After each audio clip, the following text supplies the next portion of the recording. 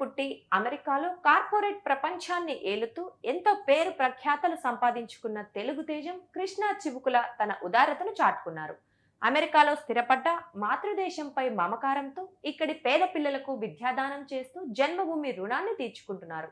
ఈ క్రమంలోనే తాను ఇంజనీరింగ్ విద్యను అభ్యసించిన ఐఐటి మద్రాస్కు 228 కోట్ల రూపాయల భారీ విరాళం ప్రకటించారు. ఐఐటి నిబంధనల ప్రకారం విరాళాలిచ్చే దాతలతో ఒప్పందం చేసుకోవాల్సి ఉంటుంది. ఈ నెల 6న క్యాంపస్ లో జరిగే ఒప్పంద కార్యక్రమంలో పాల్గొనేందుకు కృష్ణా చివుకుల ప్రత్యేకంగా అమెరికా నుంచి చెన్నైకి వస్తున్నారు.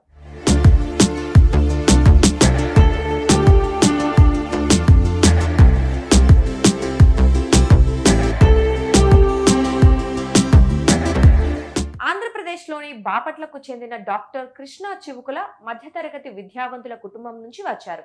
ఐఐటి బాంబేలో బీటెక్ చదివాక ఐఐటి మద్రాస్లో 1970 నాటికి ఏరోస్పేస్ ఇంజనీరింగ్లో ఎంటెక్ పూర్తి చేశారు. హార్వర్డ్ యూనివర్సిటీ నుంచి ఎంబీఏ డిగ్రీ అందుకున్నారు. తుముకూరు యూనివర్సిటీలో పిహెచ్డి చేశారు.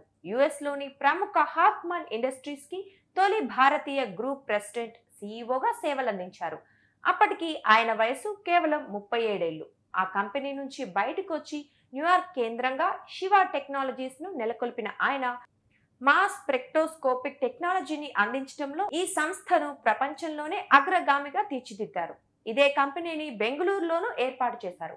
1997లో భారత్ లో తొలిసారిగా మెటల్ ఇంజెక్షన్ మౌల్డింగ్ టెక్నాలజీని పరిచయం చేసింది ఆయనే. ఆ తర్వాత ఇండో ఎంఐఎం సంస్థను బెంగళూరులో ప్రారంభించారు. ప్రస్తుతం Indo US MIM technologies private limited పేరుతో నెలకొల్పిన సంస్థకు ఆయన చైర్మన్ గా వ్యవహరిస్తున్నారు. భారత్ లో వీరి టర్నోవర్ 1000 కోట్లకు పైనే. 2009లో ఆయన తిరుపతి జిల్లా రేణిగుంట కేంద్రంగా గౌరీ వెంచర్స్ ను స్థాపించారు.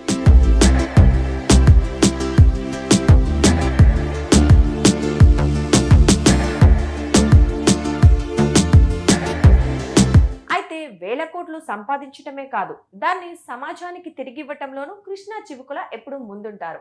తాను చదువుకున్న ఐఐటి మద్రాస్ క్యాంపస్ లో 2020లో 5.5 కోట్లతో హాస్టళ్లను ఆధునీకరించారు. 2014లో ఐఐటి ఎంచాట్ పేరుతో శాటిలైట్ రూపకల్పనకు 1.5 కోట్ల సాయాన్ని అందించి స్పేస్ ల్యాబ్ ను ఏర్పాటు చేశారు.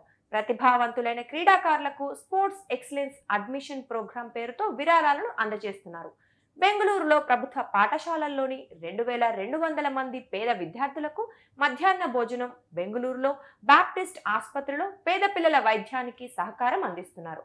కర్ణాటకలోని చామరాజనగర్లో ఓ పాఠశాలను దత్తత తీసుకున్నారు. ఆ పాఠశాలలో 380 మంది పేద అనాథ పిల్లలకు అన్ని తానే చూసుకుంటున్నారు. ఇక ఐఐటి మద్రాస్ లో పరిశోధన వసతుల పెంపునకు తాజాగా ఆయన ప్రకటించిన భారీ విరాళం ఆ విద్యా సంస్థకు వరంగా మారనుంది.